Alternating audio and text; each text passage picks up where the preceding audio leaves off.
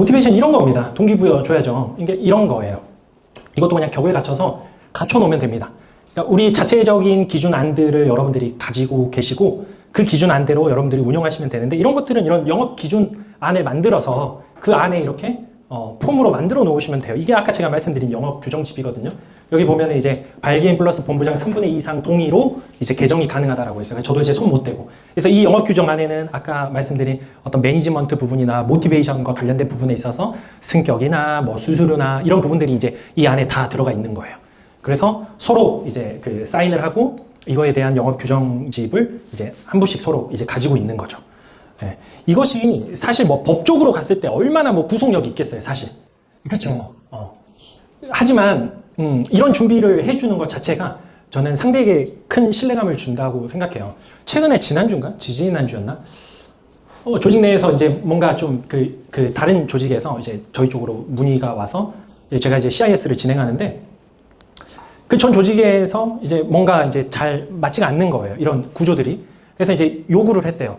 자꾸 이렇게 안 지켜질 것 같으면 이런 서류를 작성해달라. 라고 요청을 했더니 뭐 이렇게 계속 미루고 안 써주다가 결국 이제 본인이 퇴사를 결정하게 됐다고 그런 얘기를 하더라고요. 그러니까 이게 뭐 얼마나 여러분들 구속력이 있겠어. 하지만 이런 것들을 만들어 놓고 제도화 시키는 게 저는 조직 성장에 대해서 굉장히 중요한 기본이라고 봅니다. 기본. 그래서 이런 프로모션들도 여러분들이 그 해마다 영업 기준들을 만들고 또 여러분들 중간관리자가 있다면 또 상의하고 의논해서 또 더 좋은 것들은 여기다 첨가를 시키고요. 또 안 좋은 것들은 빼고 이러면서 계속 해마다 저희는 이제 업데이트를 합니다. 이렇게 기준안들을 한번 참고해 보시면 좋을 것 같고, 자, 모티베이션에 있어서 가장 중요한 거는 결국은 이제 그 조직 성장이죠. 일단은 그 개인도 성장해야 하지만 조직도 계속해서 성장해야 된단 말이죠. 그러면 우리가 이제 성장의 과정들을 좀 볼 필요가 있어요. 일단은 처음 시작은 다 10명 미만의 소형 지점으로 시작하죠. 그리고 30명대, 여기 되게 어려워요. 이 지점으로 가는데 평생 안 올 수도 있습니다. 정말로. 왜냐면 제가 그 원수사부터 지금까지 조직 경영하면서 30명이 안 넘는 조직이 대부분 90% 이상이라고 보시면 돼요. 그러니까 다 여기서 이제 맴돌죠. 이거는 여기서 여기를 뚫어보지 못한 사람들의 관리를 받고 있기 때문에 그런 거예요. 뚫어봐야 돼요. 여기를 뚫어봐야 됩니다. 이게 뚫어본 과정들을 여러분들이 생생하게 좀 따라할 필요가 있어요. 뚫어야 되거든요. 그리고 30명에서 이제 30명 이상이 가면 이제 대형 지점으로 가는 준비를 하셔야죠. 그래서 단계별로 어떤 준비를 하면 좋을지에 대해서 한번 제가 적어봤어요. 일단 10명 미만입니다. 일단 패밀리즘이에요. 패밀리즘. 패밀리즘 좋죠. 가족이잖아요. 얼마나 좋아요. 저는 7년 동안 조직을 패밀리즘으로 운영했어요. 웃으시는 분들 다 패밀리즘이죠. 얼마나 친해요. 그냥 집안의 집안까지 다 알 정도로 친하지 않나요? 뭐 형이고 누나고 오빠고 동생이고 뭐 다 압니다. 좋아요. 좋아요. 아주 좋습니다. 그런데 절대 패밀리즘으로는 조직이 성장할 수 없어요. 이걸 꼭 기억하세요. 패밀리즘은 절대 조직이 성장하지 않는다. 패밀리즘으로 조직을 7년 동안 운영했고 조직이 절대 크지 않는다는 걸 알았어요. 여러분들 지점장, 본부장, 뭐 대표, 지사장 이름 다 가지고 있으신데 여러분들 지점원들이 여러분들 어떻게 불러요? 직책을 정확하게 부르시나요? 아니면 형, 누나, 뭐 누구야? 혹시 이렇게 불러요? 언니 이렇게 불러요? 이게 다 패밀리즘이죠. 조직은 철저하게 비즈니스로 경영하셔야 돼요. 패밀리즘 안 됩니다. 깨야 돼요. 빨리 벗어나야 됩니다. 패밀리즘이 계속 제 발목을 잡고 있는 거예요. 왠지 아세요? 왜 패밀리즘이 안 되는지 아세요? 패밀리즘이 격을 무너뜨려요. 근데 조직에 있어서 제일 중요한 게 제가 뭐라 했죠? 격이라고 했잖아요. 격이 갖춰져 있어야 돼. 인원수와 상관없어요. 격이 있어야 됩니다. 그런데 형이고 누나고 언니고 동생이고 오빠고 이런 호칭들이 계속 격을 무너뜨려요. 왜냐면 가족 간에는 격이 없기 때문에 그래요. 여러분들 살면서 제일 함부로 대하는 사람이 누구예요? 가족이죠. 맞죠? 가족. 격이 없어요. 그러니까 함부로 한단 말이죠. 함부로 해요. 선을 넘어요. 선을 지키지 않아요. 약속된 시간을 지키지 않아요. 왜? 비즈니스로 보지 않기 때문에. 패밀리즘이기 때문에. 격이 없어요. 그러면 소형 지점에서 중형 지점으로 올라가려면 어떻게 해야 돼요? 패밀리즘을 빨리 깨셔야 됩니다. 패밀리즘을 깨고 뭘로 가야 되죠? 패밀리즘을 깨고 시스템으로 가셔야 되는 거예요. 시스템. 자, 7년 동안 제가 이 비즈니스를 벗어나지 못했는데 저 조직이 3번 무너졌어요. 3번. 저는 이제 조직 무너지는 게 무서워요. 무서워. 왜냐면 조직이 무너졌을 때에 대한 상처가 너무 컸기 때문에. 제가 마지막 무너졌던 게 불과 5년밖에 안 됐어요. 5년밖에. 원수사에서 마지막 조직이 무너졌거든요. GA에 와서는 한 번도 안 무너졌어요. 네. 원수사에서 마지막 무너짐이 뭐였냐면, 조직을 이렇게 맡길 정도로 이제 가까운 이제 매니저였어요, 매니저. 그래서 이제 리크루팅 한 사람들을 우리 매니저 산하에 다 붙여가지고, 저는 이제 그 팀을 계속 분할해서 원수사에서 이제 대형 조직을 운영을 했었고, 원수사에서도 3년 넘게 리크루팅 챔피언 하면서 탑 오브 탑이었습니다. 굉장히 잘 나갔어요, 원수사에서도. 그랬는데, 이제 이 친구가 저녁에 9시 순대국밥집에서 밥을 먹고, 그냥 정말 뭐 평소와 다름없는 밥을 먹고, 저는 퇴근을 했고, 이제 그 친구 사무실 들어갔어요. 근데 다음날 아침에 출근해 보니까 사무실이 덩 비어 있는 거예요. 집기도 빠져 있고, PC 책상이 아주 깨끗한 거죠. 모니터, 짐, 책상 다 빠져 있고, 제가 이런 공간을 쓴다면 한쪽이 그냥 폭탄 맞은 것처럼 텅 비어 있는 거죠. 그런 경험이 처음인 거예요, 저는. 근데 아침에 딱 출근했는데 믿겨지지가 않는 거예요. 도둑 맞은 줄 알았어, 처음에는. 그래서 이제 매니저한테 전화를 했는데 전화를 안 받아요. 안 받는 친구가 아닌데 안 받아. 2번 했는데 안 받아. 3번 했는데 돌려. 4번 하니까 차단돼 있어요. 야, 느낌이 이상하다. 그때 이제 전 중간 관리자 했으니까 우리 상위 관리자한테 연락했죠. 짐이 없다. 이상하다. 너무 순수했나 봐요. 우리 관리자 뭐라고 하냐면 나갔다. 나갔다고 알려주더라고요. 근데 그때가 제가 결혼을 2달 앞두고 했어. 2달 앞두고. 네, 제 결혼 6월에 했는데 4월에 그게 터진 거예요. 근데 그 산하에 있는 80%의 인원들이 제가 이제 붙여준 조직들이었어요. 근데 더 놀라운 사실은 이거 웃자고 하는 얘기인데 그 친구들이 그때 당시 원수사를 나가서 간 회사가 지금 제가 있는 회사예요. 네. 상호는 얘기 안 할게요. 지금 회사. 저는 이 회사를 정말 너무 끔찍하게 싫어했었어요. 너무 원망하기도 했고 제가 여기 있는 게 신기할 정도로 그렇게 이제 야반도주를 한 거예요. 근데 야반도주가 조직이 이탈하는 게 얼마나 무섭냐면요. 제가 그때 당시 조직 3개를 분할하고 조직을 대형으로 운영하고 있는데 거기서 제가 3명으로 쪼그라들었어요. 그때 3명까지 쪼그라들었어요. 불과 3개월 만에 조직이 팀을 제가 분할해서 3개를 가지고 있었는데 딱 3명이 남았어요. 딱 3명이. 얼마나 공포스러웠겠어요. 조직 운영을 하는데. 그것도 결혼을 2달 앞두고. 특히나 원수사에서 관리자 한다고 그 결혼할 때 그 장모님이 좋아하시나요? 여러분들 보험하는 사위 좋아하나요? 싫어했죠. 저도 좋은 여자 만나서 결혼하려고 하는데 싫어하셨겠죠, 당연히. 그래서 저는 3개월치 원천징수, 3년치 원천징수를 떼서 결혼 승낙받으러 갔어요. 원수사에서 소리 꽤 괜찮았거든요. 3억 미만으로 안 떨어졌던 것 같아요. 그 3년치를 떼가지고 장모님한테 결혼 승낙을 받아서 결혼을 했는데 세상에 결혼 2달 전에 그런 일이 있고 자 이제 결혼 1달 앞두고 급여 마이너스 한 4천 정도 떴어요. 그리고 결혼 당월에 좀 까져가지고 마이너스 한 3천 그리고 결혼하고 한 달 뒤에 마이너스 2천 결혼하고 2달 뒤에 마이너스 1천 결혼하고 3달이 되니까 플러스 500으로 넘어가더라고요. 5개월 동안 수입이 마이너스였어. 왜 그럴까요? 조직이 한 번에 3명이 됐죠. 원수사에서 GA 가면 계약 다 깨져. 엄청난 계약들이 깨진 거예요. 더군다나 원수사는 리크루팅에 대한 수당이 세요. 근데 조직이 한 번에 20명이 나갔어요. 그러니까 얼마나 많은 환수가 왔겠어요. 그 6개월 동안 나온 거는 계약에 대한 환수고 그게 뒤에도 계속 나왔죠. 환수들이. 야 정말 앞이 안 보이더라고요. 앞이 안 보여요. 처음으로 10년 만에 9년 만에 보험을 그만해야겠다는 생각을 그때 한 거예요. 너무 두려웠어. 그리고 더 부끄러웠던 것은 와이프한테 너무 쪽팔린 거예요. 전 지금 월급 관리를 와이프가 하고 있어요. 급여 통장 와이프 관리하거든요. 저는 이제 사업비와 용돈을 받아서 쓰고 있어요. 아주 성경적입니다. 그런데 결혼하고 월급을 주기로 했는데 첫 달 안 갖다 줘. 2번째 달 안 갖다 줘. 3번째 달 안 갖다 줘. 와이프가 물어보는 거예요. 왜 월급 안 줘? 이렇게 물어보는 거죠. 그때까지 이제 속였던 거예요. 근데 마이너스만 해결하면 되는 게 아니라 5개월 동안 제 생활비를 생각해 보세요. 결혼하면서 있는 거 없는 거 다 털었겠죠. 깰 거 다 깼겠잖아요. 현금화 시킬 수 있는 거 다 현금화 시켰겠죠. 돈이 없는 거예요. 진짜 마지막 진짜 사채 마지막 순간까지 갔어요. 쓰진 않았습니다. 마지막 순간까지 진짜 죽을 맛이었고 조직 운영하면서 정말 괴롭고 힘든 시간이었어요. 제가 할 수 있는 거 아무것도 없었죠. 와이프는 사기 결혼했다고 생각할 것 같은 거예요. 그러니까 얼마나 부끄럽고 쪽팔려요. 그때 당시 논영동에 회사가 있었는데 바로 앞에 이 소망교회라는 곳이 있었어요. 근데 거기는 마음껏 울 수 있는 동굴이 있어요. 동굴 기도실. 개인 혼자 들어가가지고 목청껏 울어도 안 들려요.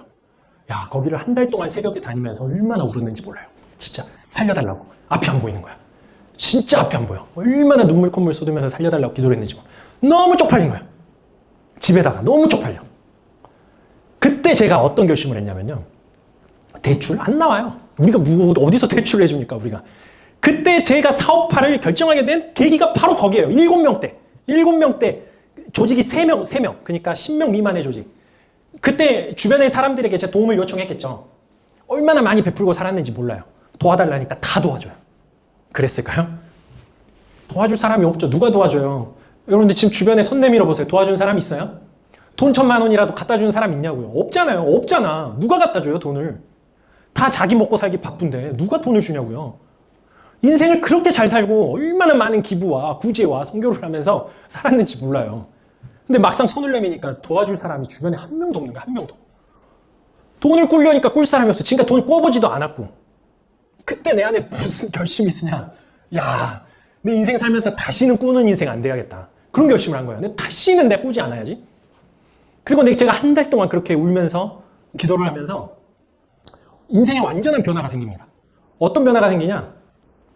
지금까지 상상했던 비즈니스의 모델과 완전히 다른 방향으로 가기 시작하는 거죠. 그게 뭐냐면 팀이 이렇게 이탈을 하고 나니까 어떤 내 안에 상실감이 있냐면 사람에 대한 상처가 너무 큰 거예요.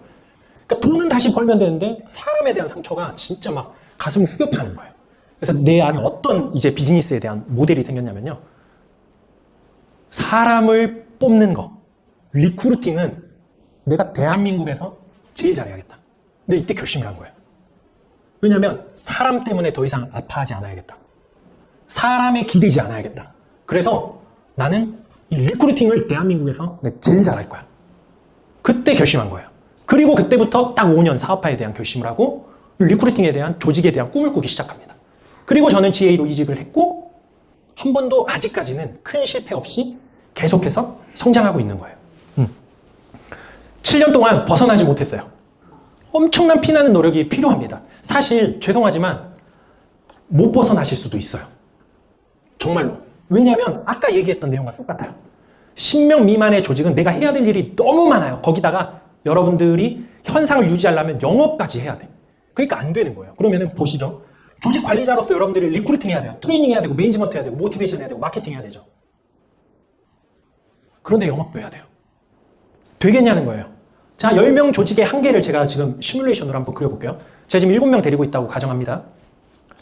자, 열심히 리크루팅해서 7명 조직 만들었어요. 그런데 저 영업 안 해요. 7명 열심히 케어합니다. 근데 생산성 한 300 정도 나와요. 조금 부족해요. 제 오버라이드나 시책을 받아도 조금 부족한 거예요. 그래서 어떤 생각을 하냐. 안 되겠다. 영업을 좀 뛰어야겠다. 월세도 감당이 안 되고 내가 사무실을 운영하려면 영업을 좀 해야겠네 하고 영업 현장에 딱 나가요. 세일즈를 합니다. 그래서 소득을 1,000만 이상으로 끌어내요. 이게 잘 유지되면 좋겠는데 이렇게 내가 나가기 시작하니까 설계사들이 정착하지 못하고 한 명씩 빠져나가기 시작하는 거예요. 우리 관리자는 매니지먼트도 안 하고 조직 운영도 안 하고 나에 대해서 신경도 안 쓰고 자기 영업만 하네? 이런 얘기를 만들어내요. 그리고 자기들끼리 소문을 냅니다. 그래서 조직을 완전히 구렁텅이로 몰아 넣어버려요. 사람들이. 그러다 보니까 이제 한 명씩 정착을 못하고 이직이 일어나는 거예요. 그러면 7명이 5명 되고 5명이 3명 됩니다. 그럼 어떻게 해요? 이제 관리자가 깨닫는 거예요. 아, 내가 영업을 한다고 다가 아니구나. 내가 관리를 해야겠구나 라고 생각해요. 그래서 또 다시 관리를 열심히 해요. 트레이닝 열심히 하고 매니지먼트 열심히 합니다. 열심히 해요. 그런데 3명 가지고는 생산성이 안 나와요. 그래서 관리자가 뭘 다시 하냐? 다시 리크루팅을 하는 거예요. 이해돼요? 다시 또 리크루팅 합니다. 그래서 열심히 마케팅하고 리크루팅해요. 그러니까 우리 팀원들이 또 뭐라고 해요? 아, 내 케어 안 하고 우리 관리자는 리크루팅만 한다. 이런 얘기를 하는 거예요. 들어보셨죠? 들어보셨죠? 왜 우리는 신경 안 쓰고 관리자가 리크루팅만 하지? 사람만 뽑으러 다니지? 이런 얘기를 한다고요. 그럼 그렇게 해서 다시 7명을 채워놔요? 그게 계속 반복되는 거예요. 계속 악순환이 반복돼요. 7명 됐다, 3명 됐다, 5명 됐다, 7명 됐다, 3명 됐다, 5명 됐다. 그래서 여기서는 되게 중요한 개념이 필요한데 그게 뭐냐면 지금의 형태는 장사의 형태인 거예요. 장사. 지금은 장사입니다. 근데 이걸 사업의 형태로 바꾸려면 어떤 고민을 해야 되냐면 무조건 규모의 경제로 가셔야 돼요. 이런 거죠. 자, 여러분들이 식당을 운영하는 식당의 매니저 또는 식당의 오너라고 가정해 볼게요. 식당이 잘 되려면 본질이 뭐예요? 맛이죠. 맛이 좋으려면 좋은 재료를 써야 돼요. 맞죠? 근데 좋은 재료는 비싸요. 맞아요? 좋은 재료는 비싸. 중국산 써야 돼. 그러면 여러분들이 식당의 본질을 잊어버려. 그리고 장사하는 사람들이 맛을 포기해요. 그래서 재료를 저가형, 싼 거를 가져온다고요. 그러다 보니까 맛이 떨어져. 그러다 보니까 손님이 떨어져. 이게 지금 소형 조직의 장사의 형태와 똑같은 거예요. 그러면은 장사에서 사업으로 전환하는 사람들은 어떻게 전환할까요? 인건비 좋아요. 자, 장사할 때 인건비 나와요, 안 나와요? 장사할 때 인건비 안 나오잖아요. 자, 그러면 여러분들이 어떻게 하셔야 되냐면 비용을 줄여야 되는데 맛을 포기할 수는 없잖아요. 그러면 재료를 좋은 걸 써야 되죠. 그러면 맛을 살려야 되는 거야. 그럼 재료 좋은 걸 써야 되죠. 그런데 여러분들이 사람을 쓰기에는 돈이 안 돼. 왜냐면 장사의 형태로 지금 마진이 안 남아. 맛을 포기하는 방법밖에. 재료를 포기하는 방법밖에. 그럼 재료와 맛 포기하지 마. 그러면서 제가 이 가게의 매출을 늘리려면 결국은 여러분들이 발로 뛰는 방법밖에 없는 거예요. 새벽 시장 제가 문 두드리고 신선한 생선 띄워오고 신선한 야채, 신선한 과일 여러분들이 새벽에 띄워가지고 새벽 장사하시고 여러분들이 오픈하시고 맛을 포기하지 않은 상태로 여러분의 마진이 마이너스가 날지라도 그 시기를 견뎌야 돼요. 다시 돌아가지 말고 다시 재료를 싼 거 쓰지 말고 다시 원래 형태로 돌아가지 말고 설령 마이너스가 나고 마진이 없고 번전일지라도 그 시기를 견뎌내야 된다고요.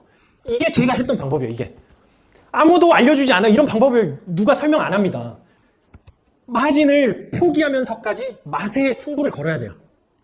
그래서 손님이 원래 10명이었는데 100명이 오게 만들어야 돼요. 그럼 거기서 뭐가 생기는지 아세요? 마진이라는 갭이 생겨요. 무조건 생깁니다. 왜냐면 재료를 이만큼 사올 때는 10만 원이었는데 재료를 대량으로 사오니까 8만 원으로 할인이 되네요. 그러면서 2만 원의 마진이 생기는 거야. 이 단계에 마진이 도달할 때까지 버텨야 돼요. 이게 진짜 제가 여러분들께 드릴 수 있는 현실적인 거예요. 현실적입니다.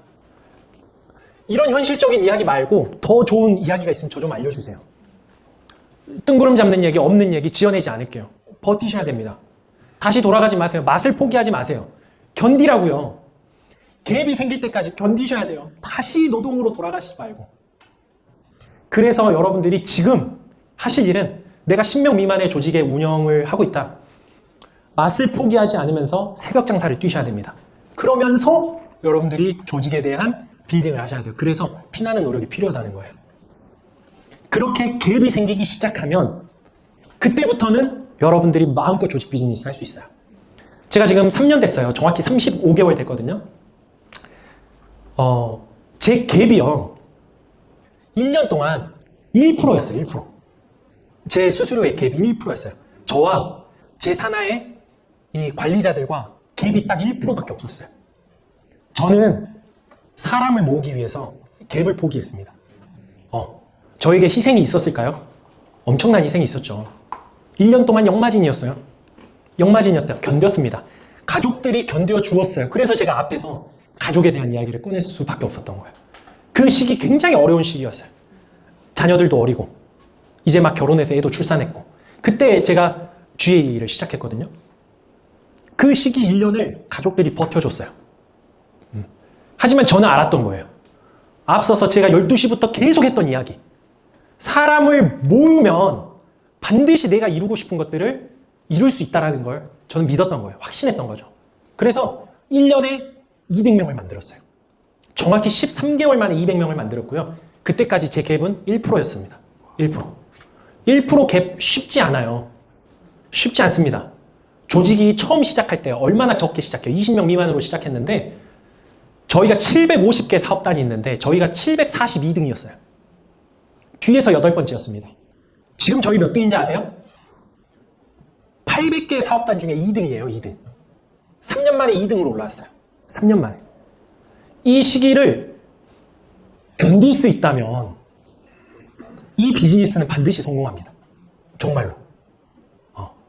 이거 진짜 이론 아니에요. 이론 아닌데. 근데 이 시기를 대부분 못 버티세요. 저는 1년이 지나니까 저기 아까 영업 규정에 다 넣어놨잖아요. 1%잖아요. 본부장들이 저 빼고 모여서 회의를 했어요. 우리 산하의 본부장들이. 너무 감사하죠. 본부장들이 모여서 단장이 수수료 올려야 된다. 대표님 수수료 1%로 더 이상 안 된다. 얼마나 많은 이런 플랫폼들과 투자를 하고 있는데 1%가 안 된다. 그래서 저 올려줬어요. 2%. 그래서 지금 갭이 3%가 됐어요. 3%. 저 지금 3%로 운영하고 있어요. 하지만 부족하지 않아요. 왜죠? 규모의 경제로 왔잖아요. 저는. 규모의 경제로 왔잖아요. 방법을 알려드릴게요. 빨리 이 조직을 벗어나고 싶다면, 소형 조직을 빨리 벗어나고 싶다면 여러분 마진을 포기하세요. 너무 세죠, 메시지. 마진 포기하셔야 됩니다. 언제까지?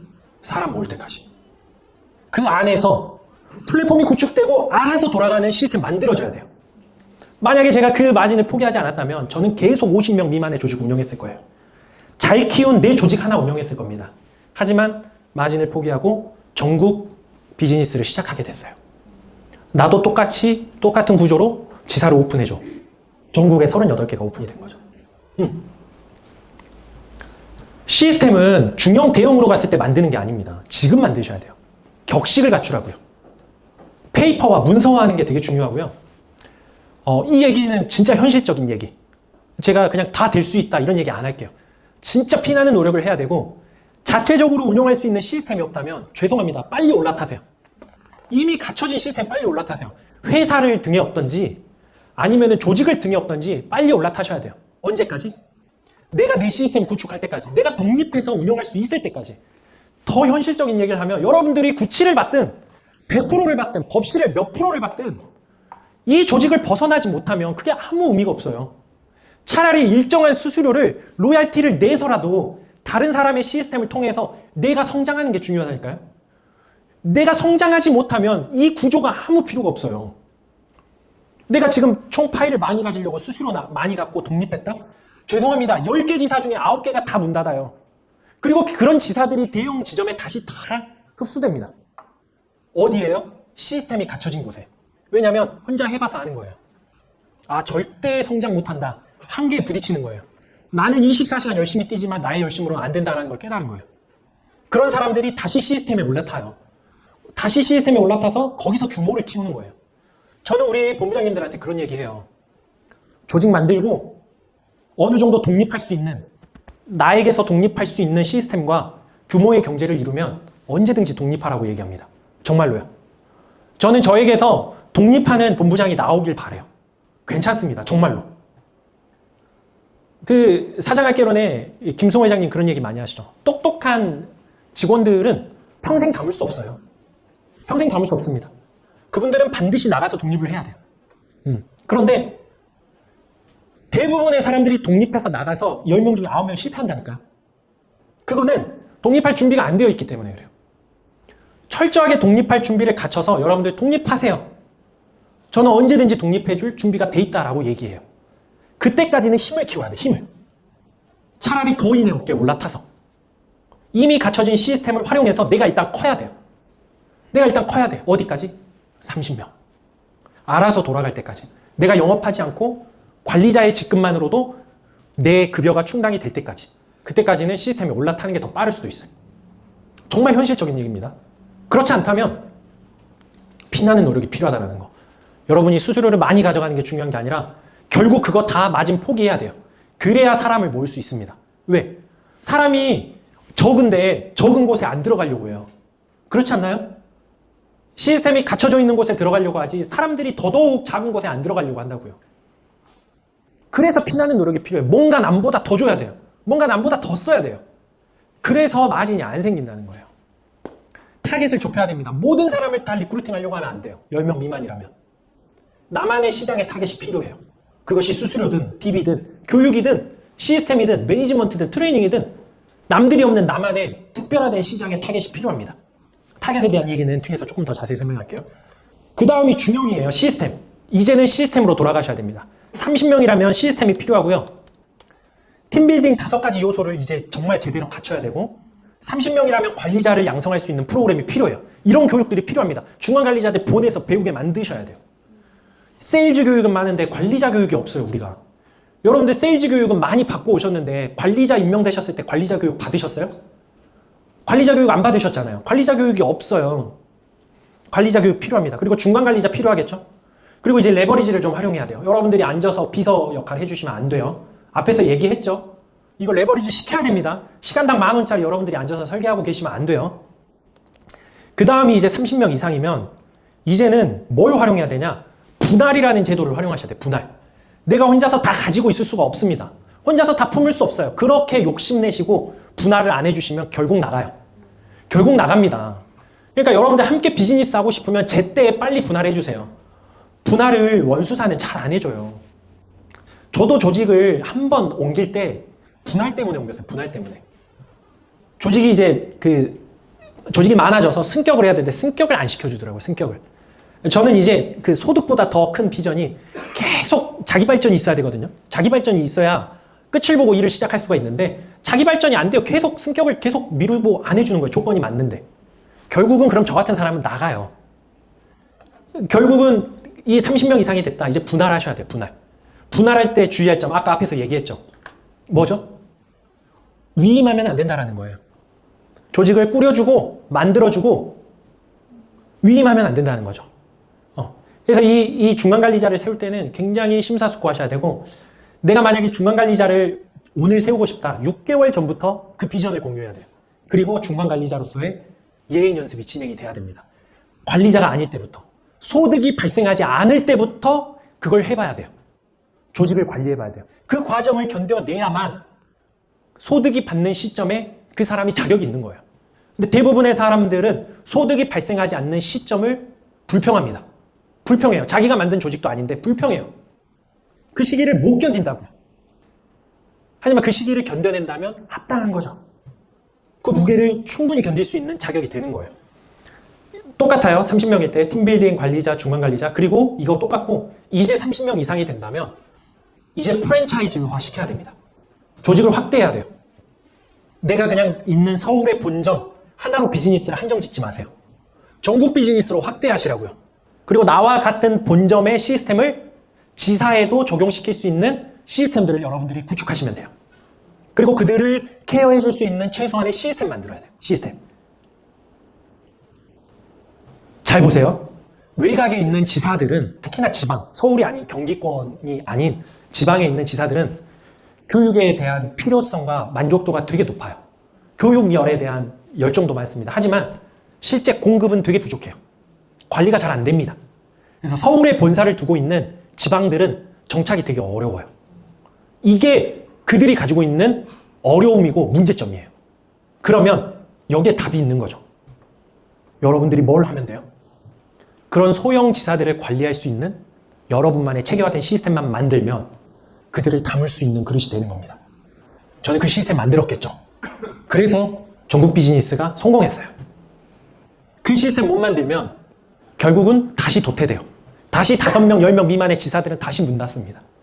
그들을 케어할 수 있는 시스템, 그들이 정착할 수 있는 시스템, 그들이 교육받을 수 있는 시스템, 그들이 성장할 수 있는 시스템. 이게 그들이 가지고 있는 문제점이고 그들이 가지고 있는 가장 큰 어려움. 거기에 답이 있다는 거예요. 그 문제만 해결할 수 있다면 우리는 장사에서 사업의 형태로 전환할 수 있습니다. 장사인가 사업인가? 뭐죠? 장사와 사업의 차이가 뭐예요? 시스템? 장사와 사업의 차이는 이겁니다. 내 존재 유무. 장사는 내가 무조건 필요해요. 사업은요? 내가 없어도 돌아가요. 이게 사업입니다. 그래서 지사 비즈니스를 하셔야 되는 거예요. 선택이 아니라 뭐다? 필수고 의무입니다. 내가 세탁소 사장님이에요. 월 3억씩 법니다. 연 3억씩 벌어요. 부자 될 수 있겠죠. 하지만 이렇게 생각해보죠. 세탁소 경영자로 나를 지어볼까요? 나를 그냥 세탁소 사장님이라고 한정 짓지 말고 나를 그냥 하나의 지사장으로만 한정 짓지 말고 나를 그냥 경영자로 한번 이름을 지어보자라는 거예요. 그리고 세탁소의 기술 노하우를 본점에서 만드세요. 브랜딩을 하시고 프랜차이즈 복제 모델을 만들어서 전국 모델 사업 확장이라는 이름으로 세탁소를 체인점으로 만들어 보겠다라는 생각을 갖고 있는 사장님과 그냥 동네에서 내 비즈니스만 하는 사장님의 차이는 뭘까요? 바로 내 존재의 유무입니다. 그게 바로 기업의 형태죠. 맞나요? 음식점은요? 장사는 내가 있는 반경 10km 내에서 하는 모든 일들이 장사라고 보시면 돼요. 근데 내가 있는 공간과 시간을 뛰어넘으면 사업이 될 수 있는 거죠. 식당도 똑같잖아요. 식당, 나를 그냥 요리사라고 짓지 마세요. 내가 요리로 경험을 해봤어요. 내가 그냥 세일즈로 세일즈를 잘하는 방법을 경험해봤다면 이제는 나를 경영자로 맛은 기본이고 시대 흐름과 메뉴를 개발하고 직원 관리, 재정 관리를 직접 해보시는 거예요. 그러면서 사업의 형태로 전환하는 거죠. 이것을 이해하기 위해서 우리가 영상 한 편만 좀 보겠습니다. 일의 어떤 우선순위, 이제 일 레버리지와 관련된 부분들 설명드리려고 잠깐 영상 봤는데, 여기 그 우선순위와 후순위를 명확히 정하지 않으면 모든 업무가 동일한 시간과 공간을 차지하게 된다. 그러나 어떤 업무도 동등하지 않다라고 나와 있죠. 만약에 여러분들이 일이 너무 많다면 일의 우선순위를 좀 정하는 것을 적극적으로 추천드리는데, 예를 들어서 여러분들이 그 출판사를 운영하는 그 대표라고 한번 생각해 보세요. 그러면은 성과의 80%는 어디서 나올 것 같으세요? 성과의 80%. 좋은 저자를 섭외하고 마케팅하는 거에서 매출의 80%가 나옵니다. 예. 그런데 만약에 여러분들이 이런 거 하고 있다고 생각해 보세요. 오탈자 점검, 인생, 정산, 업무량 많지 않죠. 예. 성과에도 크게 영향을 주지 않습니다. 자, 그러니까 우리가 뭔가를 열심히 하고 뭔가 시간은 많이 쓰는데 이것이 진짜 업무의 효율과 직접적으로 연관이 있는 건지 한번 생각해 보세요. 이것이 성과의 80%를 내는 일에 내가 지금 시간의 대부분을 쓰고 있는지 이걸 한번 우리가 보자라는 거죠. 대표가 할 일은 이 좋은 저자를 만나는 일이 어쩌면 성과의 80%, 기업의 매출의 80%를 결정할 수도 있어요. 여러분들의 조직의 80%의 매출의 성과를 낸다면 결국은 여러분들이 집중해야 될 건 딱 정해져 있어요. 그게 뭐죠? 이겁니다. 리크루팅, 브랜드 마케팅, 시스템 구조. 이게 성과의 80%를 내는 아주 중요한 일이에요. 그러니까 여러분들이 성과의 80%를 결정짓는 일에 결국은 시간을 집중해야 되고 나머지 80%에 대한 것들은 레버리지 시켜서 여러분들의 조직을 운영하는데 여러분들의 에너지와 비용과 시간과 모든 자원들이 집중돼야 된다는 거예요. 네. 이것이 일 레버리지입니다. 일 레버리지. 저는 어떻게 500명의 조직을 운영하고 있을까요? 저는 이런 조직도를 가지고 있어요. 많죠. 이게 제가 다 고용한 스텝입니다. 제가 혼자서 설마 500명을 운영하고 있을 거라고 생각하지 않으신 거죠? 저희는 여기 비슷하세요? 여기 계시잖아요. 우리 PD님. 우리 PD가 두 분 있습니다. 아까 오전에 오셨던 실장님 한 분, PD님. 그리고 아까 인사드렸던 저희 전략 담당 이사님 계시고요. 교육만 담당하시는 교육이사님, 마케터, 디자이너, 설계지원 총무까지 저는 7명의 스텝을 고용해서 쓰고 있어요. 월 비용이 3천만 원 정도 되는 것 같아요. 월 비용이 3천만 원 정도. 네. 3천이 조금 안 되는데 한 2,900 얼마 정도 됐었나? 이렇게 지원을 하고 있어요. 이 결코 쉬운 일이 아닙니다. 쉬울까요? 이렇게 구축하기까지 정말 쉽지 않았어요. 하지만 이런 시스템을 구축하면서 일에 대한, 시간에 대한 레버리지를 현재 하고 있다는 거죠. 제가 여기서 강의하고 있는 동안도 조직이 돌아갈 수 있는 시스템 만들어 놓은 거예요. 나의 부재로 인해서 빈자리가 생기면 안 되는 거잖아요. 여러분들 조직원들이 늘 하는 얘기가 그거 아니에요? 나의 부재를 계속 원망하고 불평하잖아요. 그러면 그 부재를 해결할 수 있는 것들이 대부분 시간당 10,000원이면 할 수 있는 일이라는 거예요. 업무의 효율을 위해서 레버리지 시키는 거죠. 이 건물 19층에서 현재 저희 신인들 25명이 교육받고 있어요. 지금. 이 건물 25층에서. 저희 교육 담당 이사님이 위에서 교육하고 계십니다. 이게 모든 일에 대한 레버리지의 시스템이죠. 레버리지를 못하는 거는 일을 위임해야 판단이나 기준이 없기 때문이에요. 이게 첫 번째고, 두 번째는 레버리지 비용으로 생각해. 아닌데. 아까 우리 그런 얘기했죠. 시간당 가치 효율에 대해서 우리 배웠잖아요. 소득 창출 가치에 대해서 배웠잖아요. 이건 비용이 아닙니다. 뭐죠? 투자예요. 마진이 없더라도, 설령 진짜 마진이 없고, 여러분들이 역마진이 나더라도 이 시기를 견뎌내야만 사업의 구조인 거죠. 사업이 항상 어떻게 잘 될 수만 있어요. 사업이라는 것 자체의 본질이 그렇잖아요. 그렇지 않아요? 리스크가 있는 거잖아요. 근데 여러분들은 사업을 아무런 리스크도 지지 않고 내 파이 안에서 사업을 하려고 하니까 사업이 한계가 오는 거야, 한계가. 그래서 그 파이가 줄어들 것 같으면 계속 영업의 현장으로 돌아가는 거죠. 이게 계속 악순환이에요. 계속 반복되는 겁니다. 혹시 오해는 하지 마세요. 제가 뭐 영업하는 거 싫어하는 게 아닙니다. 혹시 오해하실까 봐 제가 너무 세게 얘기해서 오해는 하지 마세요. 영업 열심히 하셔야 됩니다. 네. 저희도 저 빼고 다 영업합니다. 저희 본부장들이 다 영업해 안 하는 사람 없어요. 해요. 하기를 원합니다. 그래서 레버리지 시스템이 되는 거예요. 그들에게 레버리지 시스템을 주는 거죠. 그들은 제가 레버리지인 거예요. 그들에게는 제가 레버리지고 저희 조직이 레버리지인 거예요. 그럼 여러분들이 레버리지가 되어 주셔야죠. 설계사들에게, 조직원들에게. 그게 시스템입니다. 내가 레버리지가 되어 주어야 된다는 거. 세 번째, 믿지 못해서인데 믿으셔야 됩니다. 믿어야 돼요. 네. 못 믿는 게 아니라 사실 이런 적절한 사람들 찾는 게 진짜 어려워요. 아까 조직도 보셨죠? 찾기 진짜 어려워요. 어떻게 찾아? 이런 대단한 분을 저희가 어떻게 찾습니까? 이 PD님은 그 CTS 방송국에서 10년 넘게 계셨던 정말 그 명인 중에 명인이세요. 이런 분을 제가 찾았네요. 소개를 받았어요. 근데 저는 이런 분과 계속 일하고 싶지 않겠어요? 그러면 이분들에게 장기적인 비전과 목표를 제시하고 계속 우리와 함께 할 수 있는 로드맵을 제시하겠죠. 그러니까 없는 게 아니에요. 그 적절한 사람을 찾는 게 되게 어렵다고요. 리크루팅만큼 어려워요. 근데 찾아야 돼요. 한 번 뽑으면 끝이냐 아닌 거죠. 지속적으로 공유해야 돼요. 여러분들 사람 뽑으면 역마진 나는 게 그런 거예요. 사람 뽑으면 알아서 잘할 거라고 착각하는데 그렇지 않아요. 알아서 안 합니다. 시간당 페이를 주면 다 놀아요. 그래서 그들을 끊임없이 관리하고 교육해서 장기적인 비전을 통해서 나와 함께 같은 길을 걸어갈 수 있는 비전을 제시해야 됩니다. 그래야 이 레버리지가 완성이 되는 거죠. 자, 최악의 보험 대리점을 제가 꼽아봤어요. 어떤 걸까요? 레버리지 시스템 보험대 수수료도 낮다. 여러분 수수료 되게 중요하게 생각하잖아요. 수수료가 다라고 생각하잖아요. 하지만 시스템도 돈이에요. 시스템을 여러분 돈으로 보셔야 돼요. 이거 되게 가치 있는 겁니다. 근데 최악의 보험 대리점은 뭐냐? 시스템도 없는데 수수료도 낮게 주는 이런 최악인 거예요. 보통은요. 둘 중에 하나만 있는 거죠. 레버리지는 있는데 수수료가 낮거나 수수료가 높은데 레버리지가 없거나. 그럼 제일 좋은 건 어디예요? 레버리지도 있는데 수수료도 높네? 와, 수수료까지 주는데 레버리지 시스템도 있어. 내가 위탁하고 위임하고 맡겨서 시스템도 갖춰져 있는데 수수료도 다른 데에 비해 높아. 그러면 어떤 데 선택하겠어요? 수수료는 똑같아요. 레버리지 있는 곳이 나아요? 없는 곳이 나아요? 있는 곳이 낫죠. 그럼 여러분들이 그 시스템을 만드셔야 되지 않을까요? 자, 여기까지가 모티베이션이었습니다.